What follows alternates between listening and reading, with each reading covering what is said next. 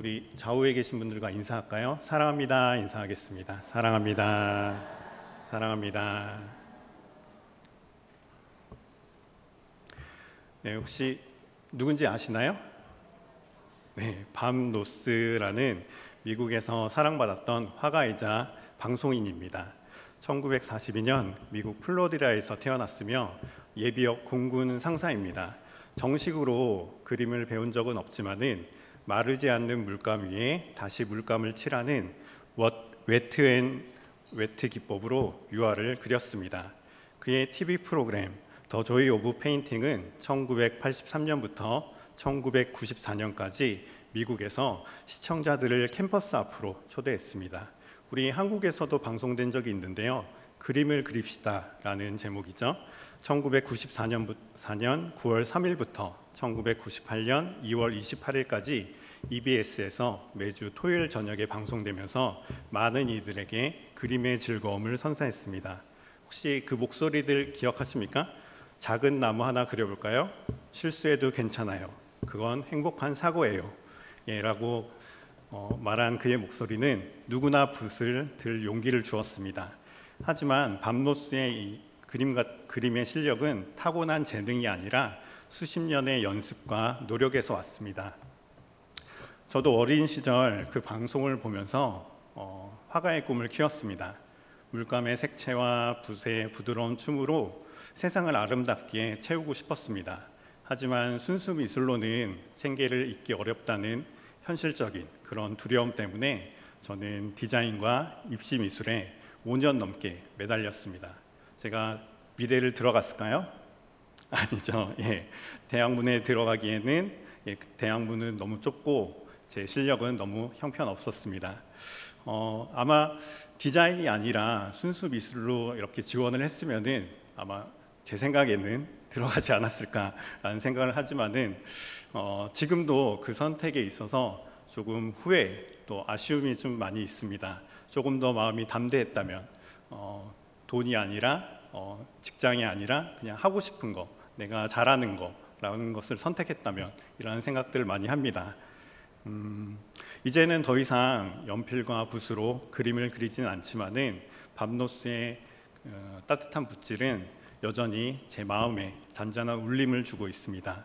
이제는 삶이라는 캠퍼스에 마음과 기도로 그림을 대신 그리고 있습니다. 이렇게 준비하는 설교도 또 유치부에서 하는 사역도 그림을 그리듯이 저는 사역을 준비하고 또 사역을 하고 있습니다.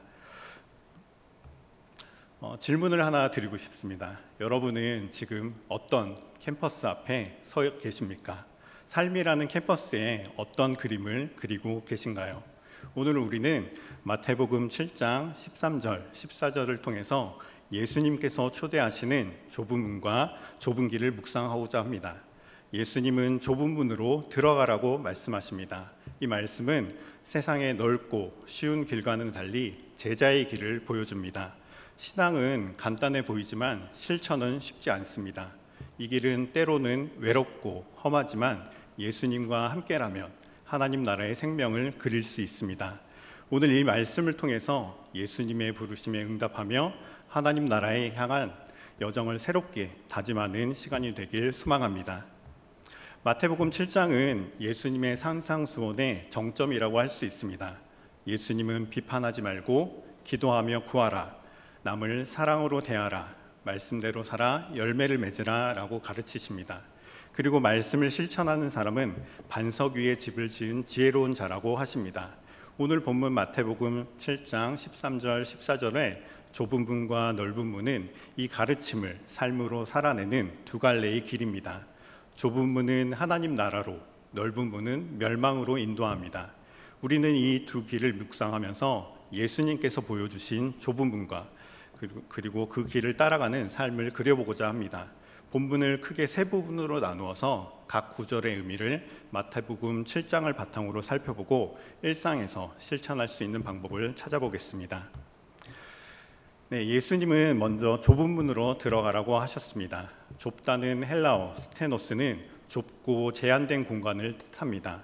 이 문은 세상의 넓고 쉬운 길과는 달리 예수님을 따르는 분명한 결단을 요구합니다. 그렇다면 구체적으로 어떤 결단의 모습이 있어야 될까요? 마태복음 7장은 하나님 나라의 삶을 보여주고 있는데 그 중심에는 이웃을 향한 사랑이 있습니다. 이 사랑의 핵심은 예수님께서 마태복음 7장 12절에서 주신 말씀 남에게 대접을 받고 싶은 대로 남을 대접하라에 담겨 있습니다. 이 말씀은 구약 성경의 율법과 선지자들의 가르침을 하나로 집약하며 하나님과 이웃을 사랑하라는 계명의 정신을 담고 있습니다. 이는 단순한 도덕이 아니라 우리가 다른 이들과의 관계에서 먼저 존중과 배려를 베풀어야 한다는 실천적 지침입니다. 그러므로 이 사랑의 원칙은 하나님의 뜻을 따르는 길이며 좁은 문으로 들어가는 첫 걸음입니다.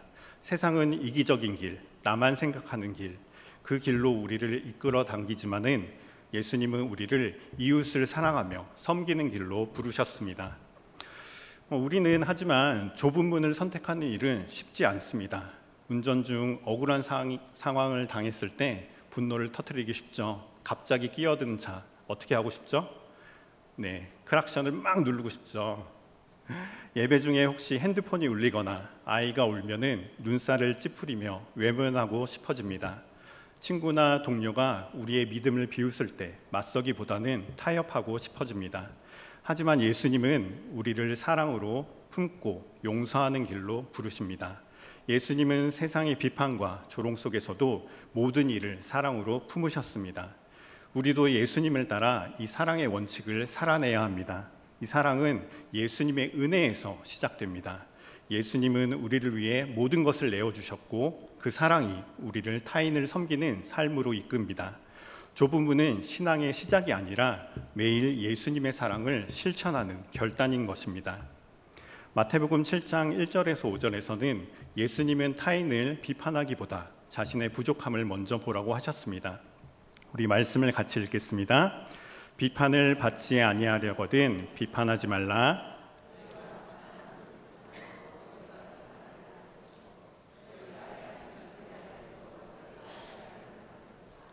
어찌하여 형제의 눈 속에 있는 티는 보고 내 눈 속에 있는 들보는 깨닫지 못하느냐?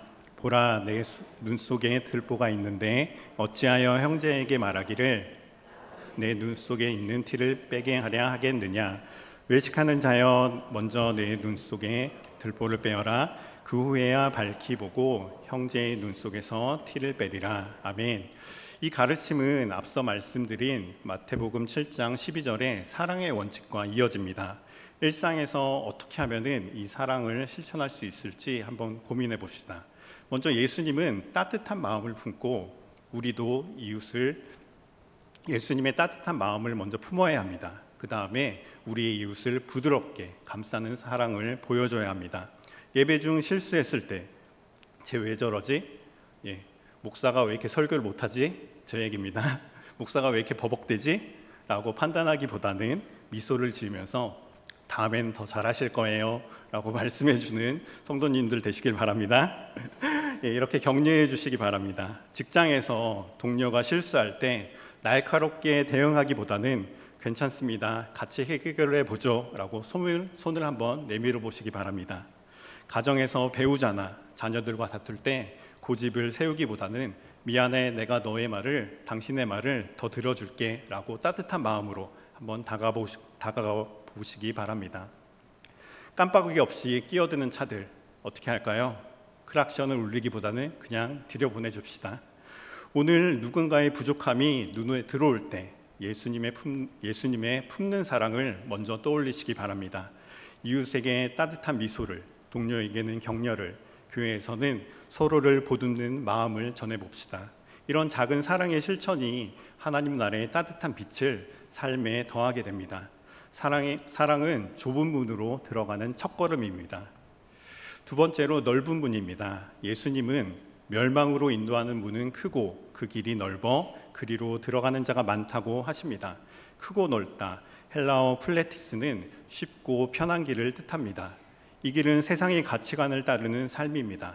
바쁜 일상 속에서 예배를 건너뛰고 온라인에서는 비판하면서 운전 중에는 화가 나서 클락션을 막 누를 때 우리는 어떻게 하죠? 화가 나니까 어쩔 수 없어 라면서 합리화를 합니다. 우리는 이때 이 길로 넓은 문으로 넓은 길로 들어서게 됩니다. 성공과 안락함을 쫓아 기도와 말씀을 뒷전으로 미룰 때 신앙의 중심을 잃게 됩니다.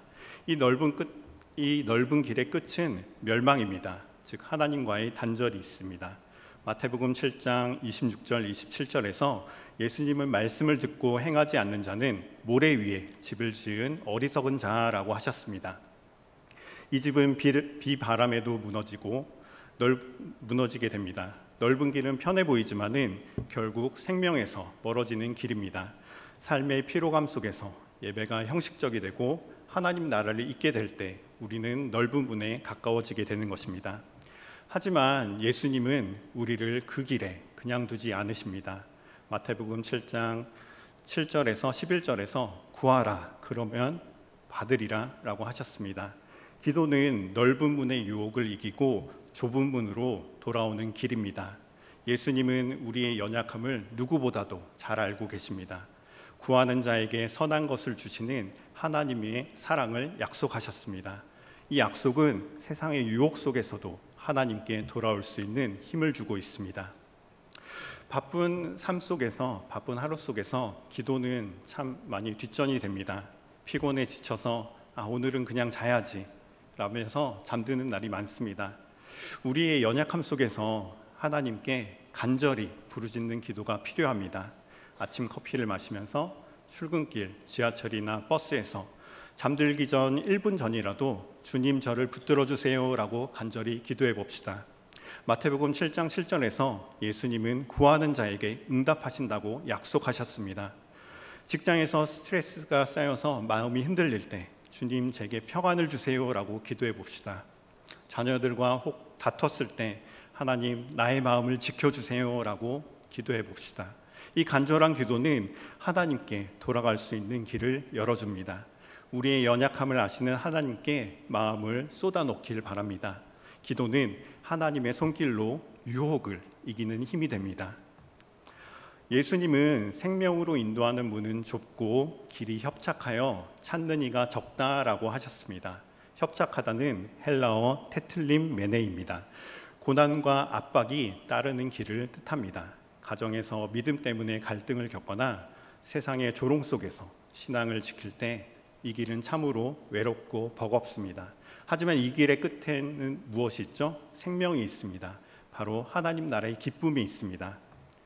마태복음 7장 24절 25절에서 예수님은 말씀을 듣고 행하는 자는 반석 위에 집을 지은 지혜로운 자라고 하셨습니다. 우리 말씀을 같이 읽겠습니다.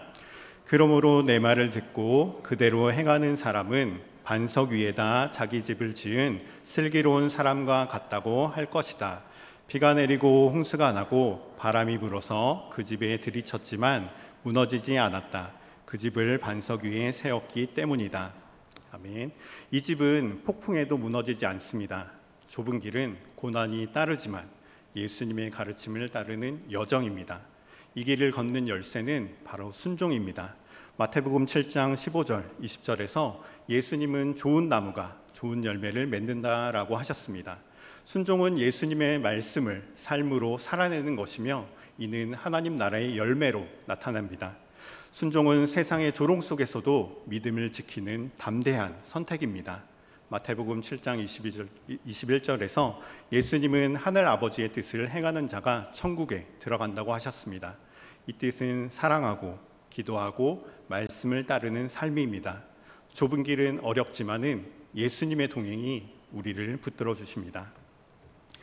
우리 친구나 동료가 우리의 믿음을 비웃을 때 나도 그래 맞춰 살아야지 라면서 타협하기 쉽습니다. 하지만 담대히 결단하며 나의 믿음은 나의 삶의 이유야 라면서 당당히 한번 고백해 보시는 건 어떨까요? 직장에서 부당한 제안을 받을 때 그래 이 정도는 괜찮겠지 하며 눈 감기는 쉽지만은 나는 예수님을 믿기에 정직할 거야 라면서 단호한 선택을 하시기 바랍니다. 마태복음 7장 17절 18절에서 예수님은 좋은 나무가 좋은 열매를 맺는다라고 하셨습니다. 우리의 이웃에게 밥 한 끼를 나누며 하나님께서 주신 사랑을 나누고 싶다라고 도전적으로 한번 실천해 봅시다. 교회에서 말씀을 따라 서로 섬기면서 이것은 하나님의 뜻이야 라면서 결단해 봅시다. 이런 담대한 순종은 하나님 나라의 열매를 삶에 맺게 합니다. 좁은 길에서 주저하지 말고 예수님을 따라 단단히 걸어가는 저와 여러분 되기를 소망합니다. 말씀을 정리하겠습니다. 밤로스의 더 조이 오브 페인팅은 단순한 그림이 아니었습니다. 그는 누구나 할 수 있어요 라면서 모두를 초대했습니다. 하지만 그의 붓질 뒤에는 수천 번의 수천 시간의 노력이 있었습니다. 비평가들은 그의 그림을 너무 단순하다, 너무 쉽다 라면서 비웃었습니다. 하지만 그는 개의치 않았습니다. 중요한 것은 완벽한 그림이 아니라 그림을 그리는 기쁨이었습니다.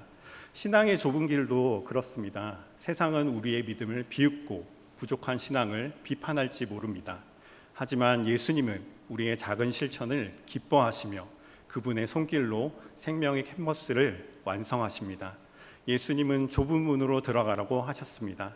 이 길은 험하지만 예수님과 함께하는 여정인 것입니다. 사랑하는 대면교회 성도 여러분, 신앙의 여정에서 지치셨나요?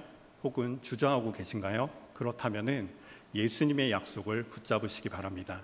구하라 그리하면 받으리라 라는 말씀은 오늘도 살아 있습니다. 실수해도 괜찮습니다. 예수님의 은혜는 우리의 실수를 아름다운 그림으로 바꾸십니다. 그렇다면 이 길을 어떻게 걸어야 될까요? 같이 읽겠습니다. 첫째, 사랑으로 예수님을 따르시기 바랍니다. 교회에서 실수한 형제를 품고 이웃에게 따뜻한 손길을 내밀어 하나님의 사랑을 전하는 저와 여러분 되길 소망합니다. 같이 읽겠습니다. 둘째, 기도로 하나님께 나아가자. 바쁜 하루 속에서도 간절한 기도로 하나님 나라를 구하는 믿음을, 마음을 잃지 않으시길 바랍니다. 셋째, 읽겠습니다. 순종으로 열매를 맺으시길 바랍니다. 세상의 조롱 속에서도 담대히 믿음을 지키고 말씀대로 선한 일을 행하며 하나님 나라를 드러내는 저와 여러분 되길 소망합니다. 마지막으로 질문 드리고 싶습니다. 오늘 여러분은 어떤 길에 서 계십니까? 세상의 넓은 길을 걷고 계십니까? 아니면 예수님과 좁은 길을 걸어가시겠습니까? 한 걸음 내디뎌 보시기 바랍니다. 사랑하고 기도하고 순종하고 걷다 보면 여러분의 삶은 하나님 나라의 기쁨으로 가득 찰 것입니다. 이 시간 함께 기도하길 원합니다.